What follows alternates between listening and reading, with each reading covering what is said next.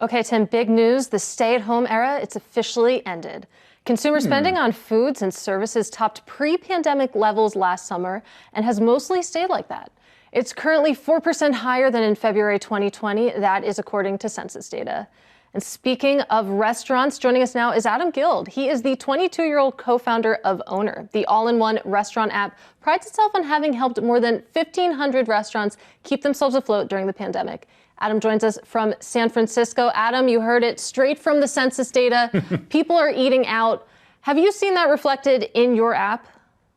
We absolutely have. And the reason for that is that restaurants are this interesting category of business that are simultaneously this luxury good that people feel this sense of comfort in indulging in, but they're also affordable in that their price point is far less than that of a Rolex watch or a Bentley. And so we expect that as we continue to see the stock market plummet, that restaurant spending will rise as it has risen historically because people look for ways to comfort themselves during difficult times. Adam, I'm wondering what you're seeing in restaurants right now in terms of automation. Really interesting column in Bloomberg Business Week by our colleague Justin Fox this week. And he talks about the way that the number of employees at restaurants, it was supposed to surpass manufacturing back in 2017. Then COVID happened. And with the recovery, employees have become so expensive, the labor shortage is so tight, food costs have gone up, that we're not seeing restaurant workers overtake manufacturing like we thought would have happened. So I'm wondering how you, at Owner, are working with restaurants to help them lower costs, and if you're hearing from them that costs are increasing drastically right now.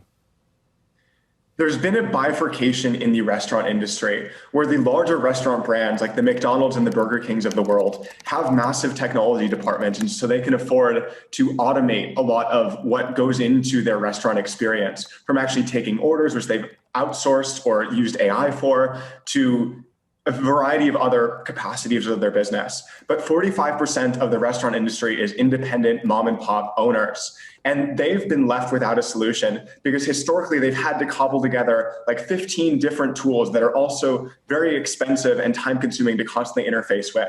And that's where Owner comes into the equation, because rather than making them cobble together so many different tools to power every piece of their digital presence and automate more components of their business, we give it to them in a simplified all-in-one platform that helps them not only fight back against huge technology corporations like DoorDash and Grubhub, but that helps them move into becoming more technology-enabled businesses, which they realize they need to do to survive. And so, Adam, currently, Owner, it's helped over 1,500 restaurants. How do you grow from here? Are there any specific areas or tiers of restaurants that you're targeting for your next leg of growth? We've been very fortunate in that all of our growth has come inbound, because not only do we run a very popular blog on the topic of restaurant marketing, which has hundreds of thousands of restaurant owners and executives visiting our site each month organically, but there's also a lot of word of mouth in the restaurant community. During these times, restaurant owners are constantly talking to each other and banding together to talk about how they can overcome a lot of these challenges that are facing all of their businesses, from, like Tim mentioned, a rising labor cost to a variety of other concerning rising food costs and inflation and how that impacts consumer willingness to pay. And what happens in these discussions is they talk about the solutions that they're using in terms of strategy and in terms of platforms. And Owner is a central part of this conversation, because not only are we helping restaurant owners take back control and save thousands of dollars each month on average in third-party fees against platforms like DoorDash, Postmates, Grubhub, and Uber, but we also help them streamline their operations and implement things like upselling that increase the average transaction size and the average profit per customer. Adam, we see a chart of DoorDash there, down more than 50% this year. Uber's been getting crushed as well. How is your business doing in this environment? I know it's not publicly traded, but give us an idea of what you're seeing.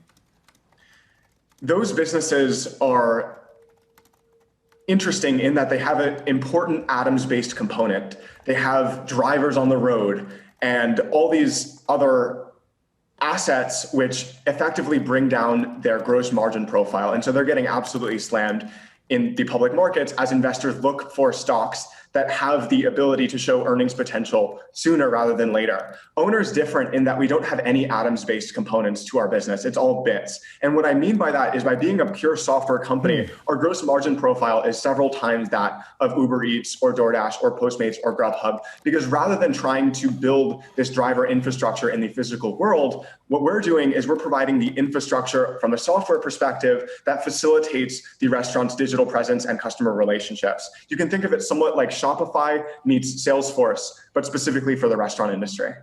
And so, Adam, obviously spending on food, going out, that's rebounding, but it's been a very, very difficult time for the markets. You do have financial conditions tightening, and as that liquidity is removed, obviously that's put a lot of stress on public markets and particularly on startups. Actually, the big take on Bloomberg right now for today, the headline reads, high-flying startups feel the pain of a long-predicted downturn. And it's really about, all of the cost-cutting measures, all of the job cuts that startups are having to do as we enter this difficult period. Curious to hear your experience and Owner's experience in that. During boom times, there have certainly been a lot of startups that have been built on business models that fundamentally don't work, with low gross margin profiles and a variety of other issues underpinning their core business model that makes it impossible to survive without raising more and more capital that then they justify as being able to offload onto the public markets. But Owner is different in that we have always been extremely scrappy at our core. For the first 2 years, we were a bootstrap business. And so we took those fundamentals of maintaining a high gross margin profile and dialed in unit economics and are actually excited about the downturn, because what's happened is these companies that don't have working business models have continued to crowd the hiring markets and make a lot of the other inputs into our business more expensive than they would otherwise be. But as the liquidity in the private markets dries up, what's going to happen is that companies like Owner that have efficient dialed in economics are going to be able to accelerate through these times, because not only do we have a great business model, but we also have the good fortune of having just raised a lot more capital that we're going to use to accelerate into these times and take advantage of the conditions to continue to help thousands of restaurant owners fight back.